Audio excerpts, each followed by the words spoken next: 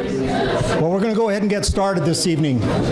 My name is Mike Jones. For those of you who do not know who I am with Englewood Cares, and this is going to be the final of the debates that Englewood is holding for the council positions that are open. Tonight's debate is for District 3, and we have two candidates running in District 3. We have Joe Anderson, and we have Laurett Barrentine. Our moderator this evening will be Peter Jones. Peter is a longtime resident of Englewood. He has been in journalism, thank you. I was looking for the word, thank you. So that's why he's a journalist and I'm not. So Peter's been in journalism for quite some time and worked for a number of companies and still is involved in journalism and provides us with a good opportunity to act as moderator for this debate this evening. So I will turn it over to Peter. A little bit of housekeeping. We are going to have, just so you know how things are going to run, the candidates will have opening statements. They'll be short, and then we will get right into the debate. It's got to be always something. And then the questions will then be answered or asked by Peter. The questions are going to be questions that have been provided this evening by all of you that are out here that have filled out cards, as well as questions that Peter has chosen from some broader range topics that are very pertinent to Englewood today in a number of areas. And we are going to run for about an hour and 15 minutes or so. Depending on how things go, we may run a little bit longer, but that's kind of the target frame right now. And then we'll have a wrap-up. The candidates will give a little wrap-up statement, and then you guys are welcome to hang around and visit as, well, not as long as you want, but for a little bit afterwards until they kick us out. So without any further ado, I will get off stage, and Peter will take over, and we will welcome our candidates up. Thank you.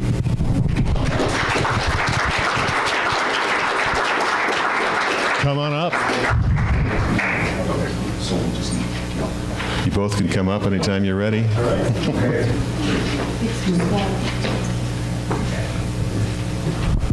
Just so you know, this microphone is for recording purposes. You can see this later on YouTube, not in case you're wondering, well, the amplification's not working, but we'll try to amplify as much as we can.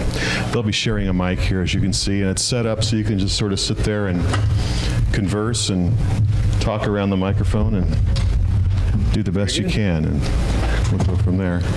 So we'll figure this out. Is that okay? We're sitting. You're sitting. Well, you can stand if you want, or stand on the table, or do a song and dance. This is your show, guys. You're standing, so I'm not. I'm going to use this podium simply because it's all my stuff can sit on it. It's great. Okay. We're going to begin basically with introductions, candidate introductions. They have 1 minute to do this, kind of short and sweet, to the point. A lot of you know these folks anyway, so I think the 1 minute will probably suffice. Anyone, have we decided who's going first, or are we going to flip a coin, or just? No, I was thinking about that. We might want to flip a coin, unless... I'll go alphabetically. I don't care. It's fine. No, you can go first. It's fine. No, I'm fine. She can go first. Totally fine. I don't want to start fights. It may be the only thing we agree on tonight, but it's fine. All right, Laurett, it is. She's elected, so to speak. Before I begin, just a quick moment. I do want to thank Mike Jones and Englewood Cares for hosting the event, and I want to thank our moderator, Peter Jones. And no relation, by the way. Yeah, just a lot of Jones going on. And the VFW for letting us use their facility. And I want to thank my opponent, Pastor Anderson, for participating in this. Now I'll start. I was 19 when I moved to Colorado to take care of my grandmother. I graduated from Mansfield Business College with a degree in accounting and later attended ACC and DU's University College. My family's been in Englewood for over 40 years, and my sister and father already lived in Englewood when I purchased my home over 25 years ago. My son was severely premature at 26 weeks and only 1.5 pounds with serious health issues, developmental delays, and required oxygen, and I was fortunate enough for my sister and I to raise our families just a couple of blocks away from each other. By that time, I was unfortunately a single mother, and I was so grateful to be near family, and with the loving support of the amazing neighbors I had in the Englewood community, they encouraged me to get involved.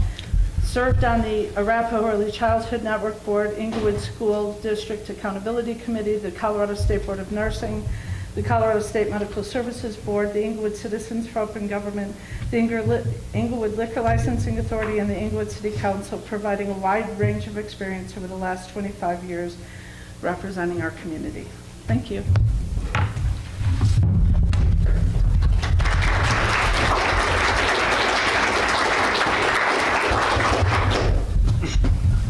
Hi, my name is Joe Anderson. Thank you all for coming out tonight. Thank you, Mike and Peter, for putting this on.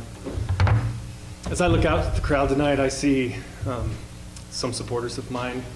I see some supporters of Councilmember Barrentine. I see some faces I don't recognize. What I don't see is enemies. I don't see adversaries. I see neighbors above all. We're facing some challenges in Englewood, but what I found throughout District 3 is that everyone wants to have strong community, strong businesses, and sound infrastructure. We're facing some challenges. We really need to come up with a long-term plan to address our infrastructure problems, and we're going to have to work together in order to get there. Regardless of how the election comes out, I hope that we can all join together and work together for a stronger future. Thanks, Joe. Here's a really good question from the audience. I think we'll start with this one. I think I was going to ask this anyway in one form or another, but just to get things going, what would you say is the main difference between you and your opponent? Now, we can go back and forth, like one candidate can answer first, and then the next time the other candidate does, so that's fair. So I guess since Laurett went first time, Yeah. Joe, you want to go this time? This came up at the first debate, and I think it was just leadership styles. I approached leadership with a community building, trust focus, acting in good faith to try to bring people together. That's my approach, and I think we differ on how we go about getting things done.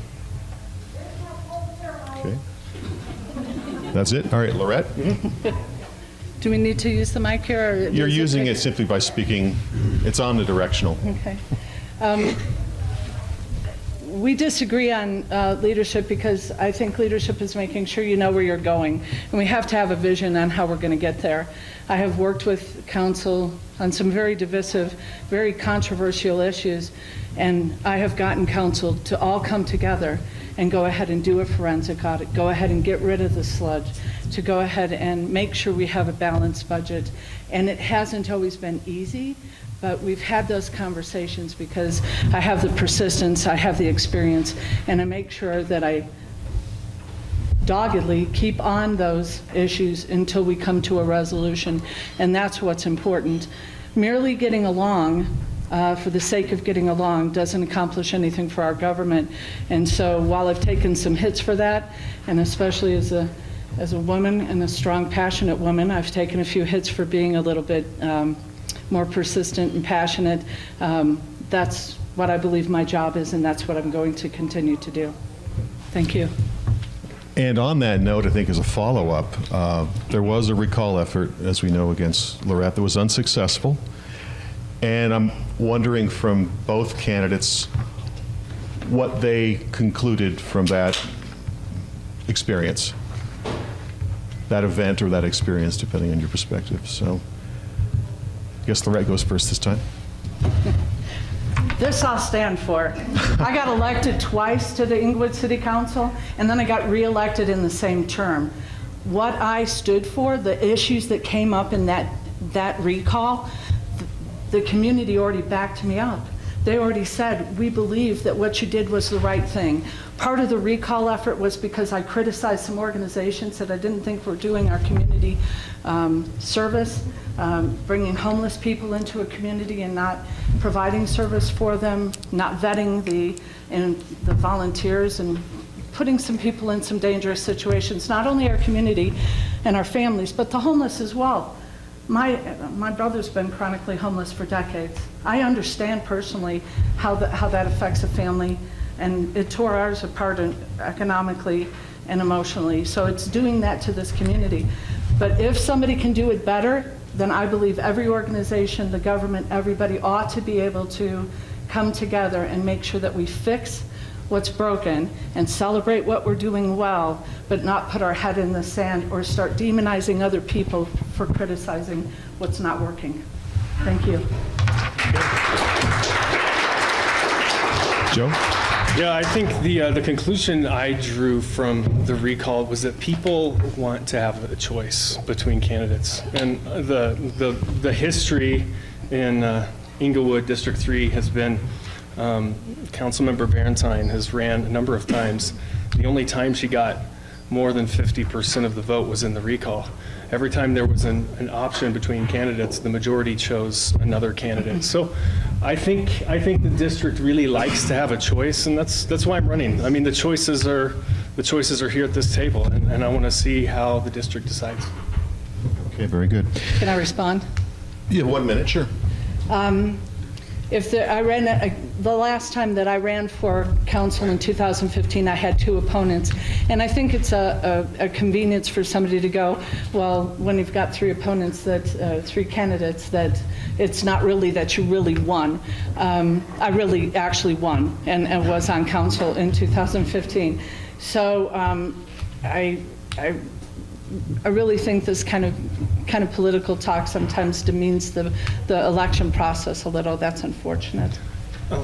Yeah, I actually didn't say you didn't win. I said that you got less than a majority of the vote. We've had a number of questions about homelessness, looking at it from various different angles, but I think one thing that we need to settle when we ask questions like this one, for example, like what is the solution to homelessness in Englewood, is to first define the problem. So I'd like to ask both of you what the problem is with homelessness as you see it, and from there, what is the solution? So I think, is Laurett next? Or I'm confused with the rebuttal. I don't remember. Joe's next. I'll take that first, sure, no problem. I think the problem with homelessness is that we have a not just Englewood problem with homelessness, not a South Metro problem with homelessness. We have a national problem with homelessness. And we need to work to get homeless people to where they're not homeless anymore. And so the only way to do that is to work together across cities, to work together across governments, to work together across organizations. That's the only thing that's going to address this problem over the long run. And it doesn't have to cost the city any money. In fact, the city doesn't really have the money for homelessness. What we've seen is that when we can work together across organizations, we get successful results. I've really enjoyed watching that in Englewood. I think we need to have a balanced approach to homelessness, where on the one hand, we're enforcing our laws. We don't want people camping along the river. But on the other hand, we don't want to push them out into the streets at night when we can find them a home to live in, or when we can help them get a job. And I have seen our city very successfully across organizations, 12 organizations working together through Change the Trend, take this problem on. And we've successfully seen Change the Trend mentor 5 people off the streets. They've mentored 20 people since they started in 2017. It can actually be taken on. The problem's not going to go away overnight, but the only way we're going to be able to deal with it is by working together. We don't have to fight about who's doing it better, who's doing it worse. We just need to come along, work together, and address the problem over the long run. Listen, there's a lot of conversation to be had about the best way to approach homelessness. The people who have that conversation are the people who are working together in Englewood. When we see people working on it, they can come back and say, no, I don't think that's the best approach. And we're seeing our organizations getting better at this over time. Okay. Laurett? Nationally, homelessness is down. Over 50% of the homeless live in California. We have had a surge of development here that has changed how we view as a community, how we're experiencing homeless in our community. The industry of homelessness and the billions of dollars that is being put into this is of a concern. There is a move to go ahead and redefine homelessness to make sure that they are including a larger population, including some terms lately about home insecurity, as if that's homeless. The kind of homelessness that we experienced with my brother was devastating. Over 50% of the people that are homeless have mental health issues, they have drug addiction, they have alcoholism, and their families and friends would certainly take them in and take care of them if it wasn't for the fact that a lot of them are dangerous, that there's problems, that they can't follow the rules, that they don't go to the shelters. So we are in the city in a process, and there was some fun being jibed at Englewood about defining homelessness. But in a way, we have to at least kind of segregate out how we're going to deal with the different populations. When you have an organization like Giving Heart encouraging people to come into our community, not knowing whether they will be able to serve all of the people in that community or that are coming for services, and have to turn 10, 20 people away, they're going into our neighborhoods. And so we have to make sure that we do a balanced approach in that we honor the people that are in the community and not just the homeless, that we honor the people who are trying to have their families live there and raise their children and go to the store and visit the businesses and make sure that they can conduct their lives so that we're a healthy community, and then we'll be able to afford to help other people around us. I want to rebuttal. Oh, yeah. go ahead. Thank you. Yeah, I don't think it does any good to demonize the people who are trying to help the homeless population across any of the organizations in Englewood. That doesn't help. We need to figure out ways to work together. And if there's a problem with Giving Heart or Cafe 180 or All Health Network, then let's sit down and talk about it. If we don't like how that's going for our community, let's have that conversation. But we don't need to be putting down the volunteers who are pouring out their lives to help the homeless. My 80-year-old mother said, do not treat her son like he's a pet. He's not your pet. He was sent from Giving Heart to go stay in a shelter, in a shed, from a man who was a convicted pedophile. He was arrested, was one of the biggest cases of child pornography, and he was charging my brother to be there, and he was listed as one of the super volunteers for Giving Heart. No matter how charitable, no matter how well-intentioned, no matter what church or faith, you have to make sure that you are vetting the process and where you are sending people so that you keep the community safe, as well as the homeless that you are supposed to be taking care of. That is an obligation that I would assume everybody should take very seriously. And when those things happen, I'm sure the organizations would prefer to know so that they could change their process and do it better. Okay. On to something else. 5-letter word, trash. Seems to be a hot topic in Englewood. A lot of people are curious about it. And for those who don't know, there is a question now that's being discussed among City Council and the body politic as to whether Englewood should go to a single contract system where you, instead of choosing who you want to come haul your trash away, that there would be a city contract with an independent trash pickup organization. There are obviously pros and cons to that, as we've heard in these couple of public meetings over pizza. What is your view on this particular proposal?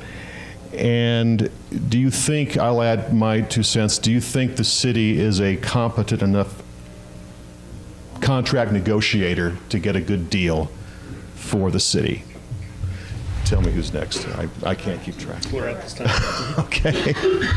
Peter, I think I'll take your second half first, and Okay. that is that there is some concern that going to a single hauler there's already conversation that we would have to have additional employees, that it would go on to a utility billing, that this may make it a little bit more the appearance that the service is actually being provided by the city. The other problem is that once you have a community group, elected officials, and we have some very unique small interest groups in Englewood that would prefer that everybody have recycling, or would prefer everybody compost, would prefer that, and we want to make sure that we're keeping it affordable without putting everybody's onus on what they want to have happen.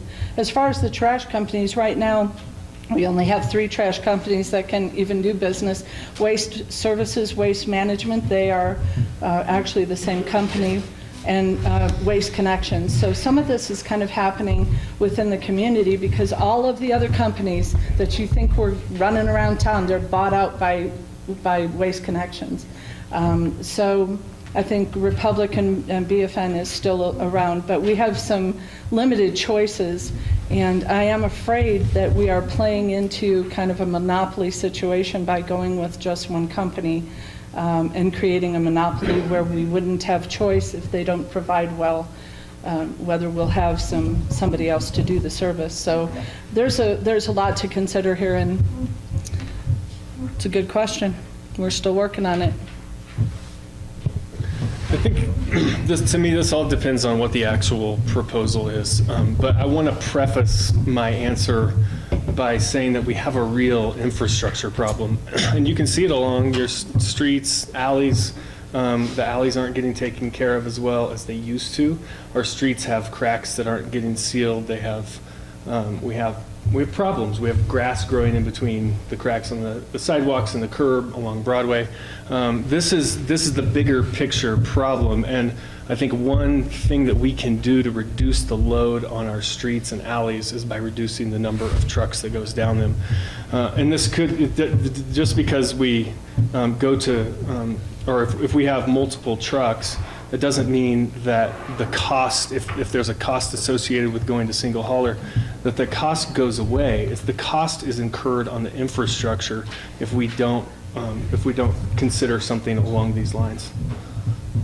So I with the caveat that I want to see the actual proposal at hand, I think a single hauler could be a very good thing for Englewood. Well, speaking of infrastructure, and this will be your question going in again,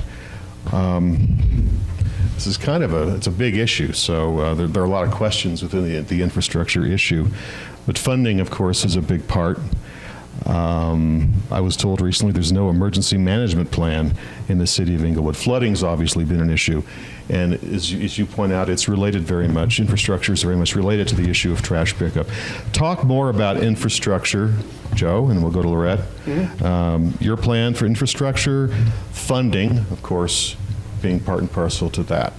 Well, you're gonna pay for infrastructure one way or another. So whether we save the money over the long run and then spend the savings, or whether we issue a bond every time a pipe breaks, the infrastructure is going to get paid for. It's one of the most fundamental thing that a city provides to its citizens.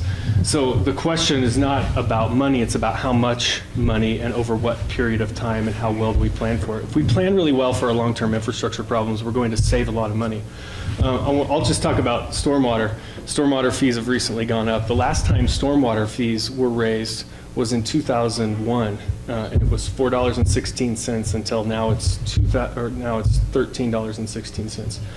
Had we had the foresight to say, you know what, these pipes are going to need replaced at some point, we could have been raising those fees along the way incrementally and saving up the excess money to spend on the infrastructure repairs that we need to do now. So for example, if in 2003, City Council had thought ahead to come up with a plan to raise the fees a couple of bucks, 2003, did it again in 2007, did it again in 2013. If we had done that just a few times over the years, we'd be sitting on somewhere between $5 and $10 million in the bank. And that stuff that money could be set aside for the infrastructure problems that we're facing right now. So it really is a long-term planning question. These the fees have never, until just now, contemplated the idea that we would have to replace these systems, and we're to the point where we absolutely have to. Laurett?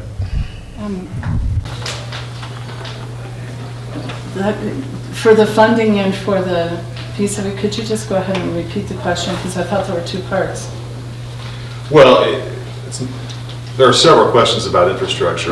You were just putting it kind of together. condensed, I put things together. Okay. So it's a pretty broad question. Okay. You can rebut what he said, or you can. No, that's your fine. plan. We did, there were studies that the city did in 1999. There was some more in 2002.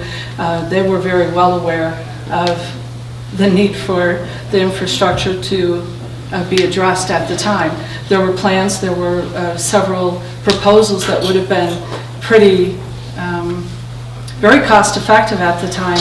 And remembering that, you know, it takes at least 4 council members to go ahead and make those things happen.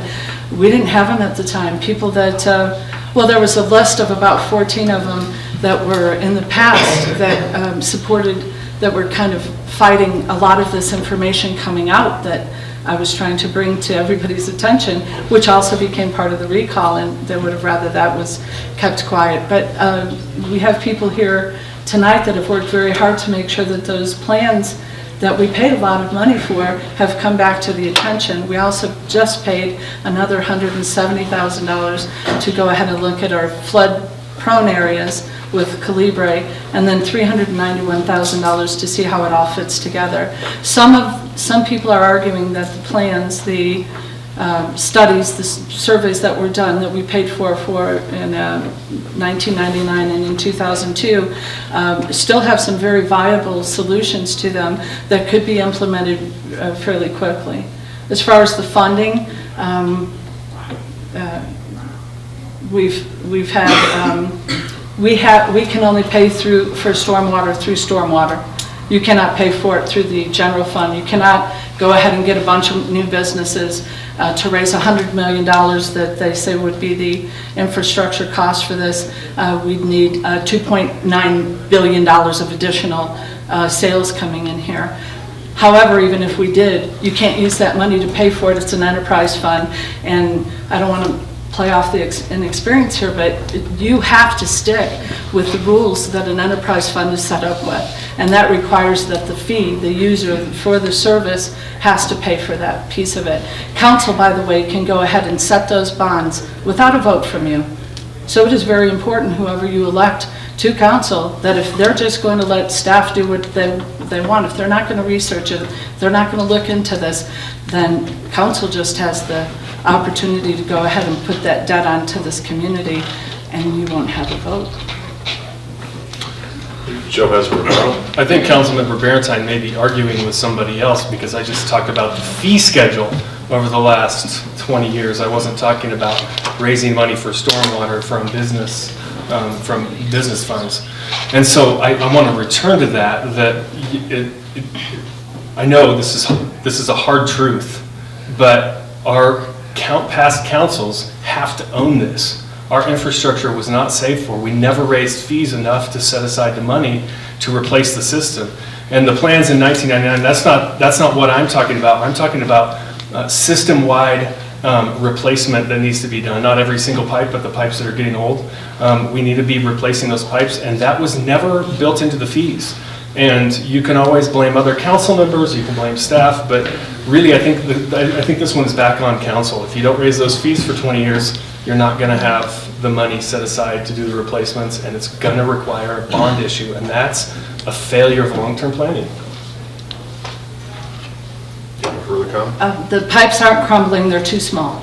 That's what the Calibre study came back with. Our system was built for 2-year storms. They would like to go ahead and build them to 10 or at least 25. That's what the money is for.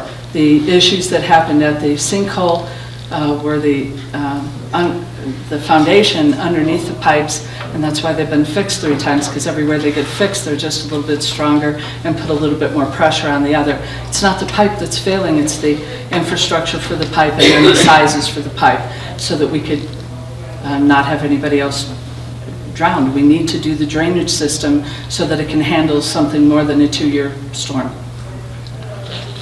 I have one more rebuttal on that. I'll give you 30 seconds. 30 seconds, sure. Thank you. It's a corrugated metal pipe that is literally crumbling. That's all I need. Okay.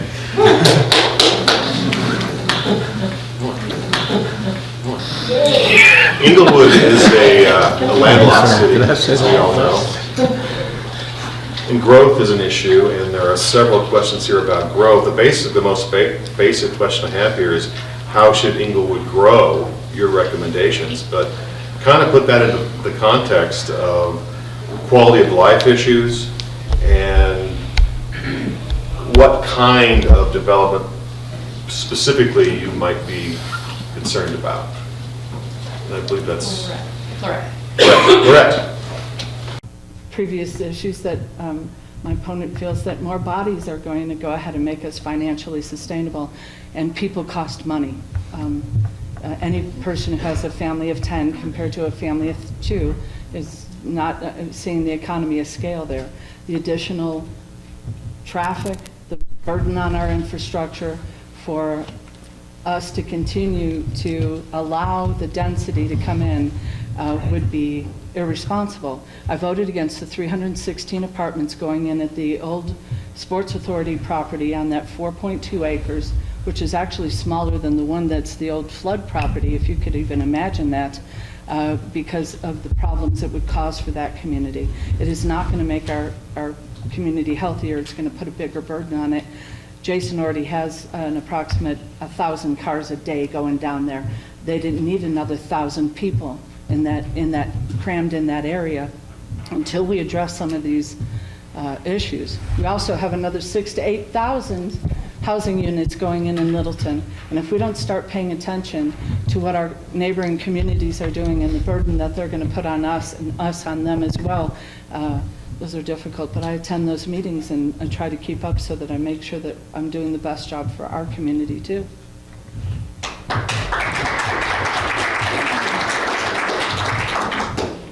First of all, I'm just not sure what Councilmember Barrentine is talking about, me claiming more bodies will solve our problem. I'm not sure what that's all about. But what I do want to say is that I moved here in 2008 to Englewood, and since I've moved here, I think we've had over, in the metro area, 15% population growth through the metro area. And as I've gotten to know people around town, especially elderly people. I've got a lot of elderly friends in the community that I've been able to work with over the years. And what I have found out is that these changes are shocking. In fact, they're shocking to me. I remember a couple of years ago as I live just north of Oxford on Cherokee. I was looking down the street, and traffic was backed up all the way from Broadway over to Cherokee. And that was the first time I'd seen that. Now that's kind of the new normal. For people who've been here a really long time and saw Englewood very stable and very much the same for quite a while, this was a big, shocking change. And I understand that, and I'm not a proponent of huge developments. I don't think that's the best way to build a community and build the wealth of a community. I think we do best when we do small incremental changes over the long run. I mean, the population growth is not going away, but we don't have to put them all in one big building on a corner somewhere. We can work as a community to get some ADUs built. That's good for our community. That keeps the wealth in the neighborhoods rather than going off to some big developer somewhere. And we can actually add some housing units that way over the long run. But the growth is not going to we can't wish it away, and we can't wish housing prices cheaper by imagining that we can stop all development. I agree with Pam Beats when she talked to the news. It isn't our responsibility to fix the problem. We added over 1,000 housing units to Englewood. I think we've done our fair share, and we need to maintain our residential areas. I do apologize to Pastor Anderson. It was my understanding that he was a proponent of, and had come and I thought spoke on behalf of having the 316 units go in. If I was mistaken, I certainly apologize. Speaking of higher density development, I know I've seen this in my neighborhood, I've seen it in other neighborhoods, and it's a thing you can have mixed feelings about, I guess, but when they come into a neighborhood and they buy a home and they basically level the existing home, sometimes it's not the original house. Sometimes it's a replacement home that was put up there some decades ago, but it's not the original house built in 1920s or 30s or whatever in some of the older neighborhoods. What is, for lack of a better term, I don't know if position is the right word, but do you have an opinion or a position on this trend? This Joe is first. Is that a problem? And if it is a problem, what should be done about it? Sorry, can you back up and repeat? I got a little lost in there. I apologize. Well, you know, when they tear down homes in neighborhoods and put in duplexes, basically. I should have said duplexes, yeah. For example, on Acoma Street, 3200 block, they tore down an older home. Most of the homes on that block are single-story, single-family homes. There is amongst these other homes, there is now a 3-story duplex that doesn't exactly fit in aesthetically with the rest of the neighborhood. That's a subjective point of view. I'm curious if you have a view on that. Yeah, so my approach to residential development like this is we don't want to allow radical sudden changes in our neighborhoods. And as I've walked through the district and seen some of these new homes and duplexes, I agree with the neighbors. This is a radical sudden change. On the other hand, we don't want our neighborhoods to be frozen in time and not allow any change at all. And so we need to figure out, I think we need to get back to a balance on what it looks like to make sure we're allowing for appropriate development in appropriate places without it shocking the neighborhoods. And that's why I'm a big fan of the ADU. Again, I think ADUs are wonderful. They keep the wealth in the community, they keep the street the same, and they provide additional housing units to the community. Laurett? The changes that are happening on Acoma, Lincoln, all the way down, were already zoned. When people bought into those areas, they already knew that duplexes could be built. Where the problems come in is the wholesale changes that I referenced before that were done in 2014 and 2015 were drastic changes in zoning that allowed for not only a change in the height of the bulk plane, which could make the buildings taller, but also to the setbacks, both rear side and front setbacks, that allow those properties to go ahead and use almost the entire property instead of having to have landscaping and open space on there. This creates additional drainage issues, and it creates privacy issues when somebody's higher and they can look into your property. And the other changes that were made to that also started providing variances so that people could go ahead and go, well, I can build a duplex here, but I really want to build a triplex because I could make more money on a triplex. And there's been a philosophy that somehow we owe a developer a higher profit, and we don't. So the council is now, because of the horrible effect of what happened with that previous council, and the unintended consequences, we're in the process of, actually there's an agreement at council that we need to look at Title 16 and revamp those changes to better fit, right size them to our community again. And I'm looking forward to that. Okay. Laurett goes first on this one, and very short question, but there's a big story behind it. Was the EAF audit worth $49,000? I assume this is the correct figure. $49,840. Maybe you can explain what the EAF audit is. It's Englewood Environmental Foundation, but tell us what it is from a council point of view, and then tell us your answer to that question. Just a quick background, because I've done it so many times I could do it pretty quick. The EAF, the Englewood Environmental Foundation, was a corporation that was set up by the council in the late 90s, early 2000s, to go ahead and bypass you voters, put the city in debt.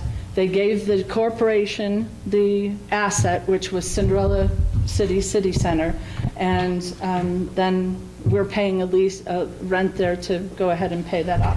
I do not agree with doing certificates of participation that way, but the way that they set it up is that they put the board as our employees. The employees believed that they were the head of a separate corporation, separate from the city, and separate from any kind of accountability to pretty much anybody for a very long period of time. Turns out that the IRS actually said that they were a body politic early on, but they continued to act as if they were a 501c3, separate from the authority of the city, open records, and that they didn't have to share their information. After I got on council in 2015, after being denied time and time again as a private citizen, any material, any financials, any minutes, no information, couldn't get any information, I got on council and I opened their books. The next day, the city manager, which I know at that time Eric Keck, which I know Joe has worked with, the next day the city manager came to two council people, me and Rita Russell, and said, there are huge problems and I'm turning this over to the district attorney. Council never turned this over to the district attorney. The city manager did. He said, there are overpayments, there are payments to companies that no longer exist, there are double payments, and there are payments for work that's not done. I don't want to touch it, I'm giving it to the district attorney. The district attorney a year and a half later came back, and the investigative report concluded that there were credible accusations of not bidding work out, work being awarded by a director of the city to friends of the director, contracts awarded to city employees, and overpayments for work that was performed, along with possible payments made for work that was not performed. The investigator also noted that any activities which were illegal were beyond the statute of limitations. You'd wrap that up if you could. Sure. It's just one more sentence, because those activities were known by the city as early as 2012, and the city did nothing. That's what was written by the investigator. All right, Joe. So if it's, wait, 1 second. No, you're out of time. You asked me to give a background. Okay. I can quickly answer you. That's fine. That's fine. I can quickly answer your question. It has been more than worth it already. We have already saved $93,000 by merely doing a bid and contract for only two services. We're going to save a whole lot more money. From what we're spending now to 2018, we've already saved $93,000 on landscaping services alone, simply by doing a bid and a contract. This should never have ever been allowed to get this far. So yes, I believe it was well worth it, and it's going to be well worth it into the future, and I'm glad we finally did it. Thank you.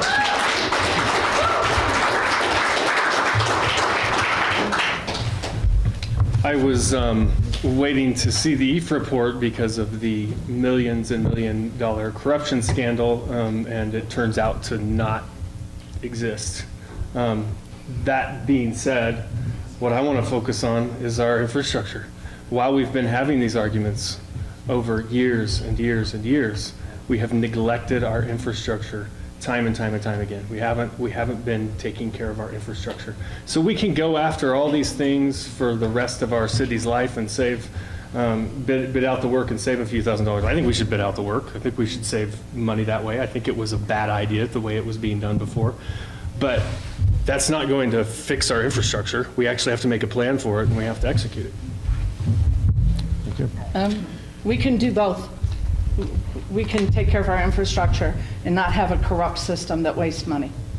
Then we should have been doing that for the last 20 years.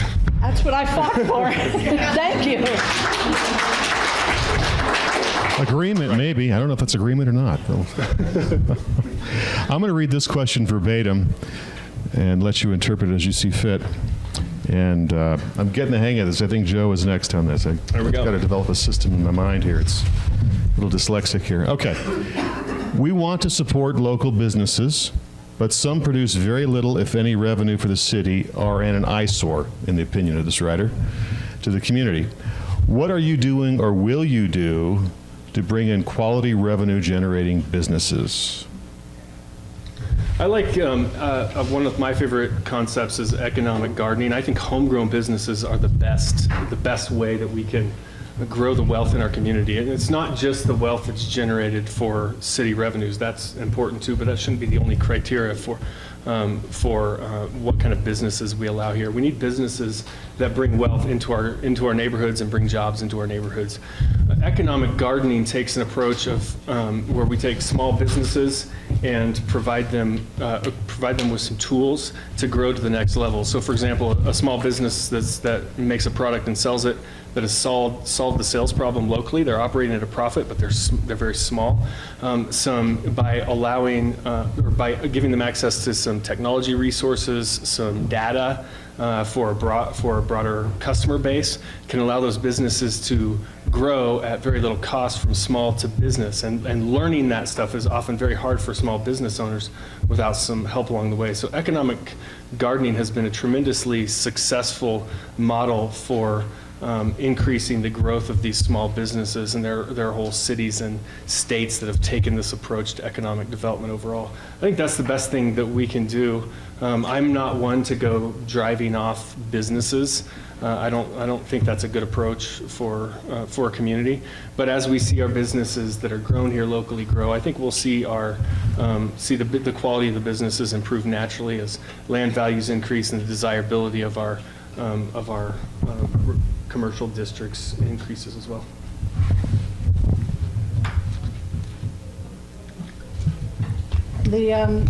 I agree, economic gardening can work in some very specific areas. You do have to make sure that you have a business affairs department that really can specialize in helping these kind of businesses.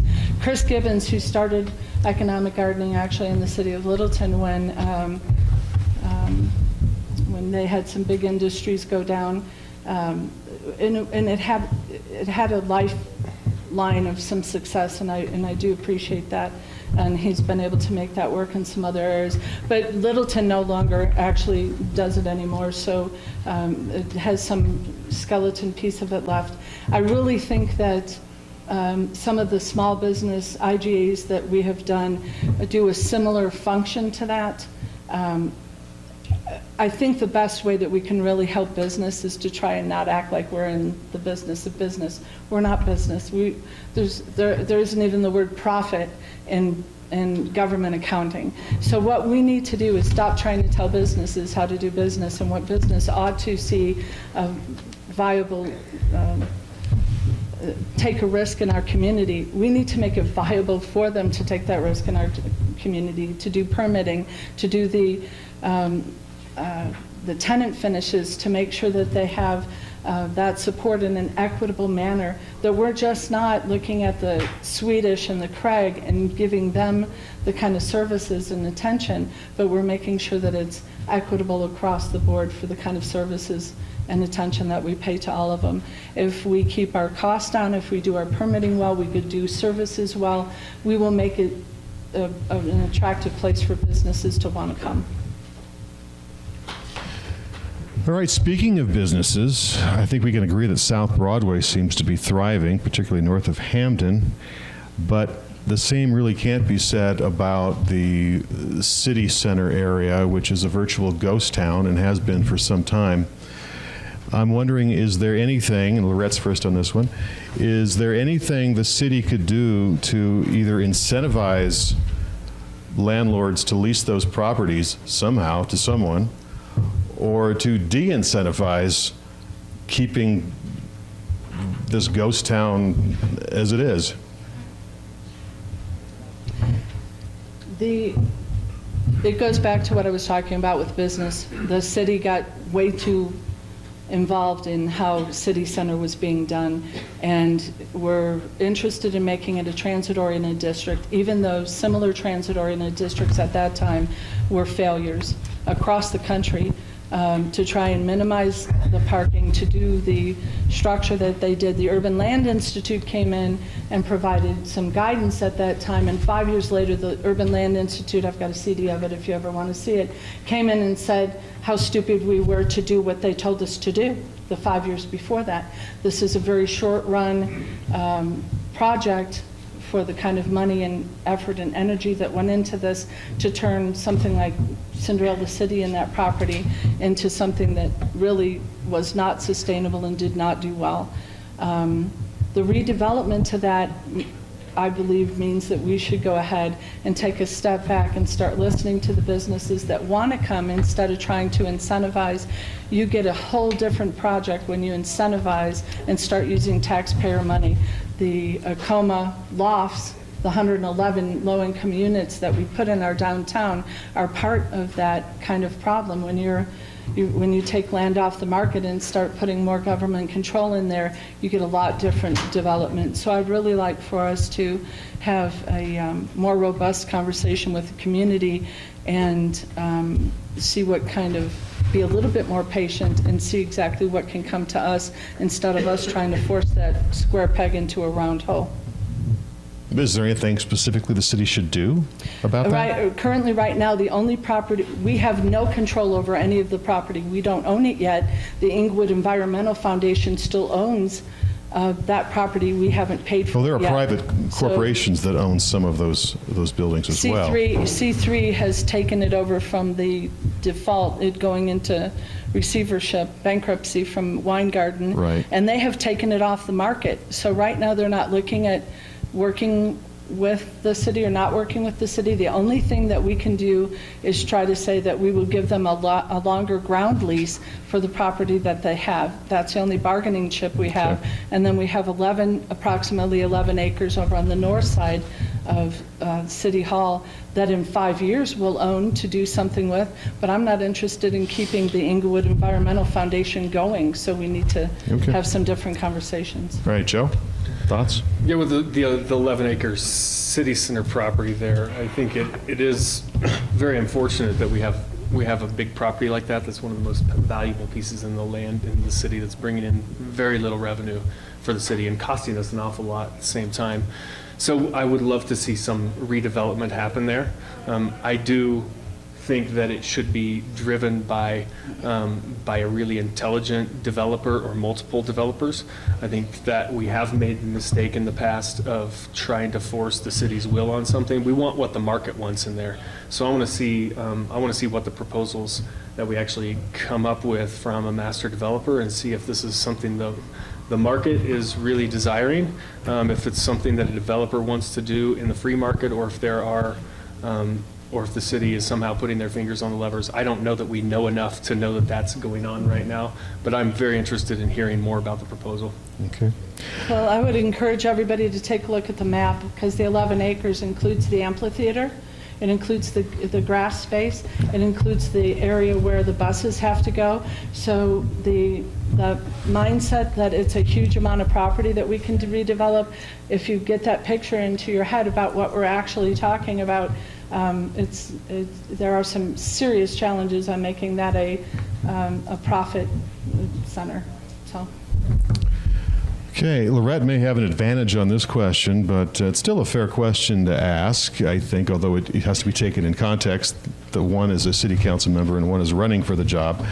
But how long have you may have answered this question before, but how long have you lived in Englewood, and how many city council meetings have you attended?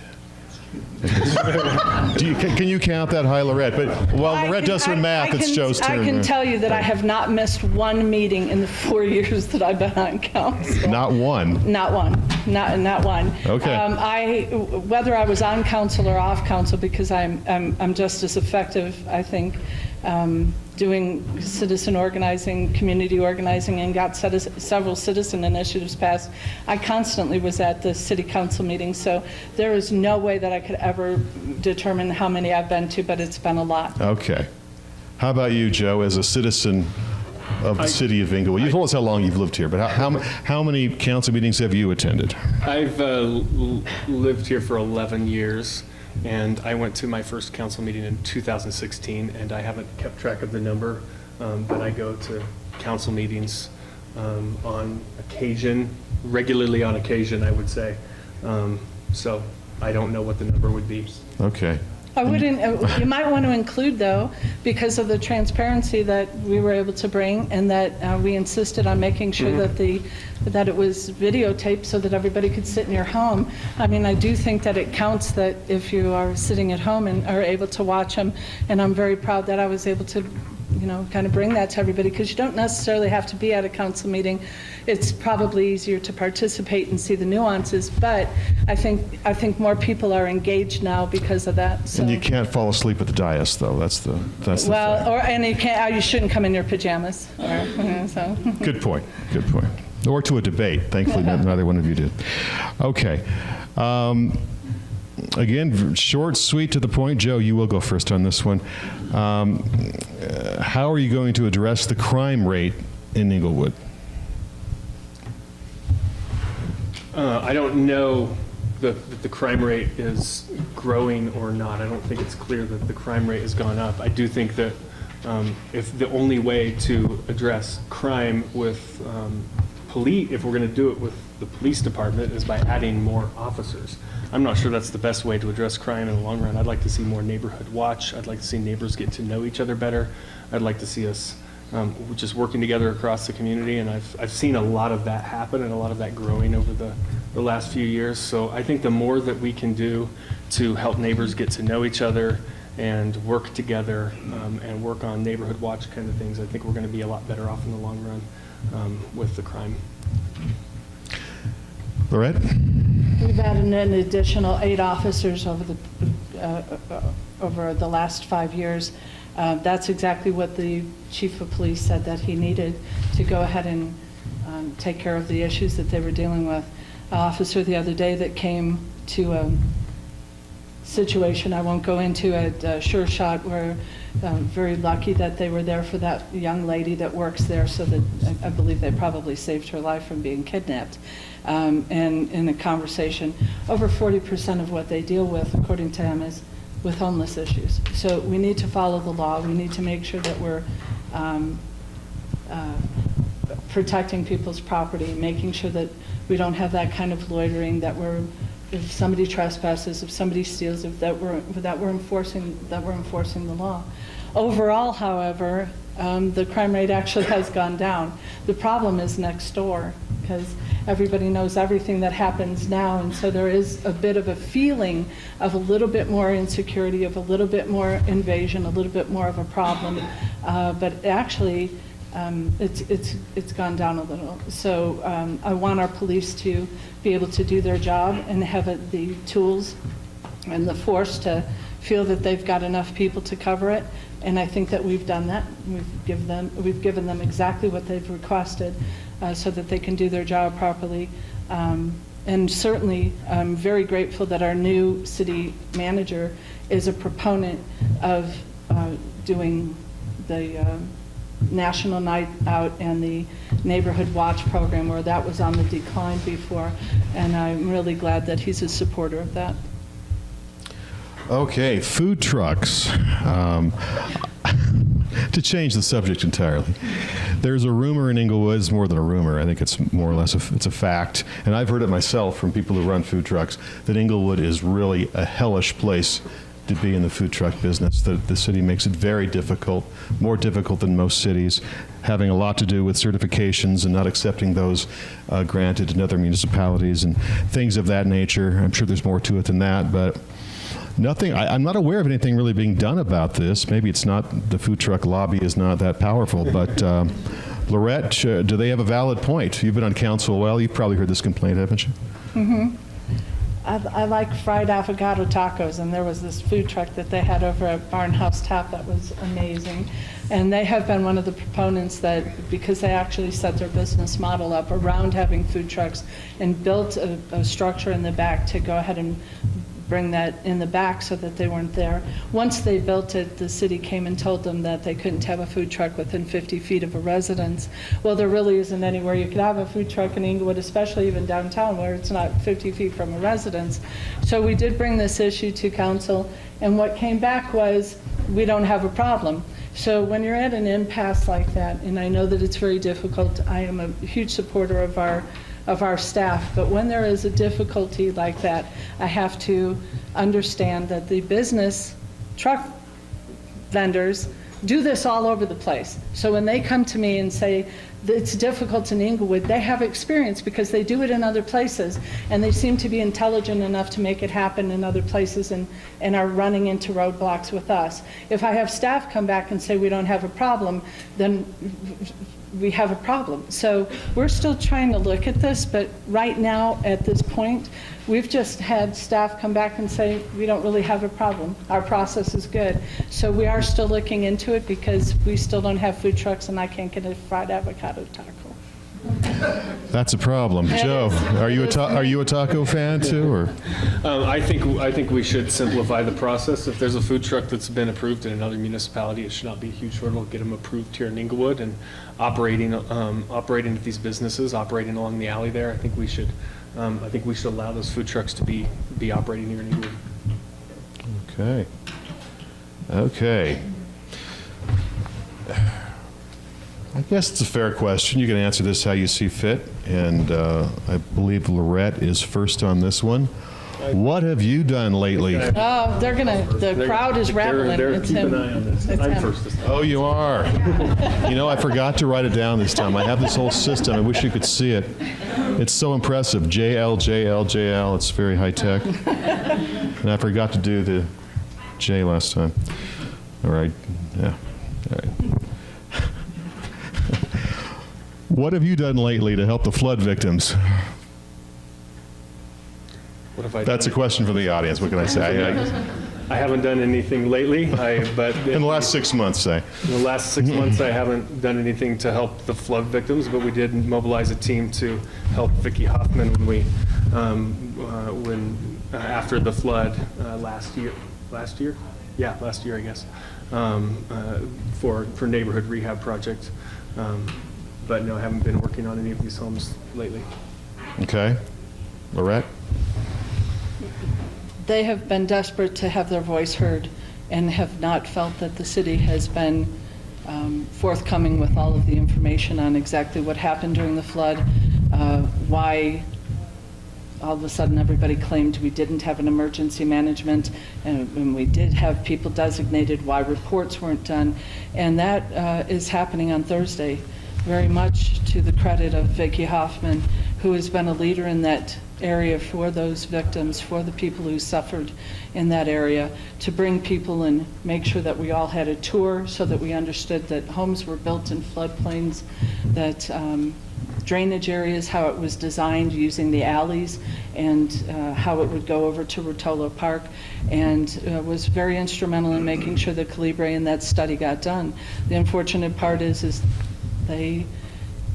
things take time, and when you lose somebody and somebody has died in something like that, and you have people that are willing to step up like Ms. Hoffman to go ahead and be the voice for those people, and I'm looking forward to the meeting on Thursday because finally they will have their say. And it may be contentious, it may be passionate, but it is necessary to make sure that we can do this to move on.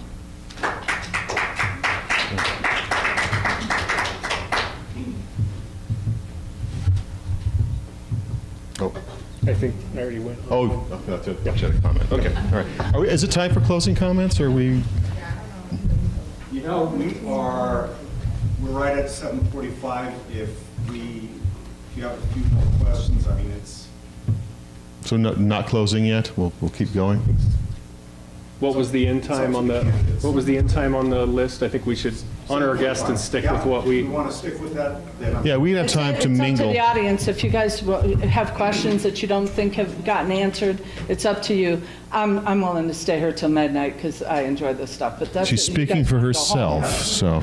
Yes, speaking just for me. Do you want to vote on this, or I don't know? Well, let's do one more question, then we'll do closing statements. How about that? That's a good compromise, if there ever was one. Let's see what we got here. We got several questions. I'm just going to pick somebody out. Okay.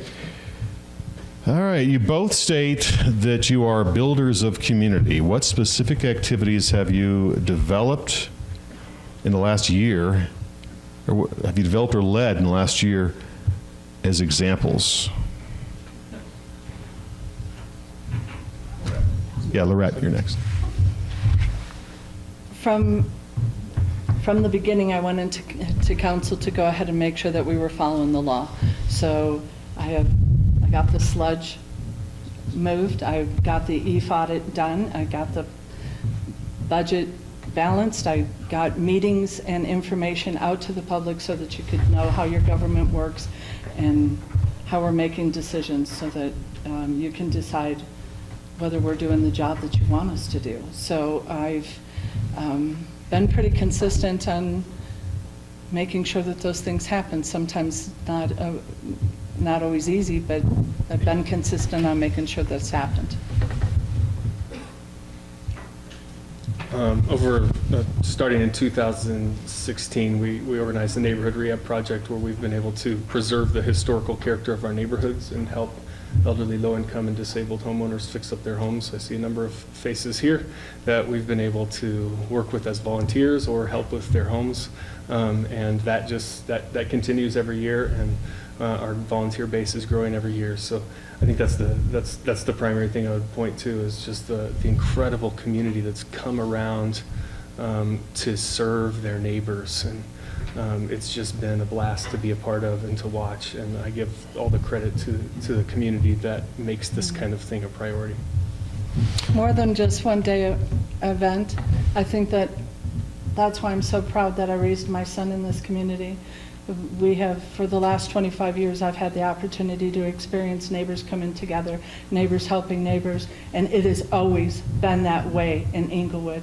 I appreciate the day of service that they do, but I see our neighbors, all of us, coming together 365, 24/7 for each other, and I cannot tell you how wise I felt now that my son is 24, how wise I was to have raised him in this community, and I thank everybody for being part of that. Thank you. Okay.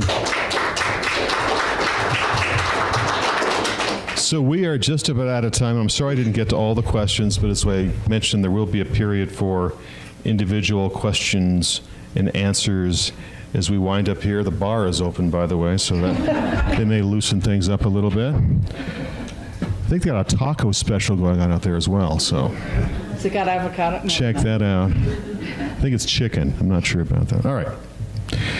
Closing statements. And Joe goes first.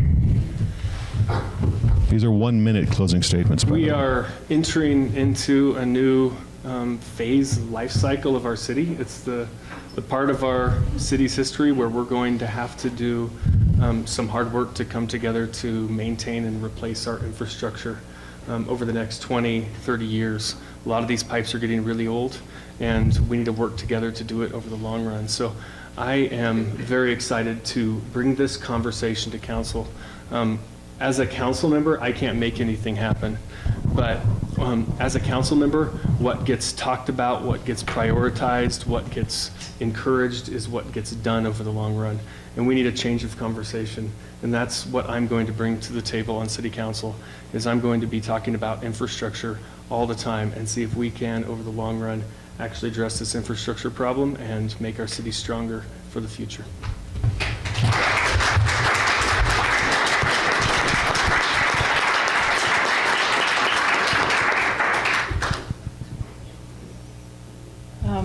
In closing, I'm asking for your vote so that I can continue to provide District 3 the representation you deserve, honoring our community values and cultures above the developers and beyond the trends, protecting our future by holding the city accountable, enforcing our laws, prioritizing our infrastructure, providing long-term sustainable planning and leadership. I have 25 years of experience. That includes state and local boards, volunteering, community organizing, and city council. I've proven leadership. I've built consensus on council, sometimes through some very tough work and research and persistence, but I successfully have brought some very tough issues to council and brought them to resolution. I have a strong connection to our community, and I don't play politics. Englewood issues are complex. We need to care about the homeless and the homeowners. We need to spend money that the taxpayers give us wisely and assess development and its impact on our community. Grow businesses and preserve our neighborhoods. We should embrace our differences and respect the debate process. Our differences are not problems. They're the best way to the solutions. Thank you.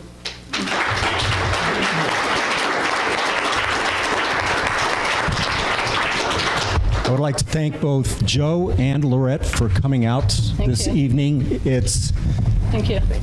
We have a wonderful process in the United States, and we're very fortunate to have what we do. And the fact that we can come together in a forum like this, listen to candidates, make up our own minds, vote our minds, and the outcome is what it is something we should all be proud of. And I really thank everyone for taking time out this evening to actually have an interest in that privilege. So thank you on behalf of Englewood Cares, on behalf of my non-brother over here, Peter Jones, and the candidates this evening. Thank you for coming out, and hang around for a few minutes, talk to the candidates, and again, thank you, and get out and vote.